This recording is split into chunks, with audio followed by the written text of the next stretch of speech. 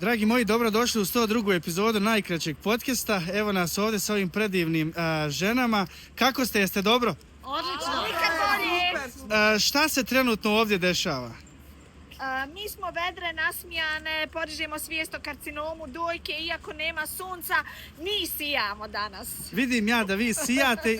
Koje su vaše poruke ovog skupa danas i šta vi želite zapravo da postignete? Evo i ovo samo malo.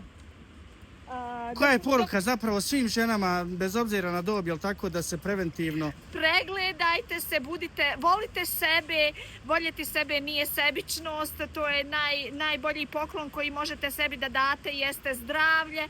Idite na redovne ultrazvučne preglede, radite redovne preglede, bolje spriječiti nego liječiti.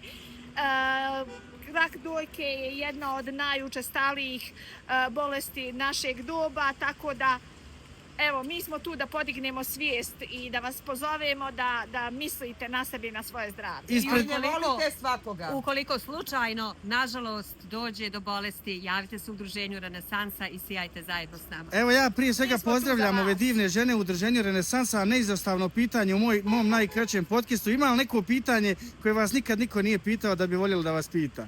Dokle je sa nama ovako država? Dokle je sa nama ovako država? Imaju li svi? Državo dokle?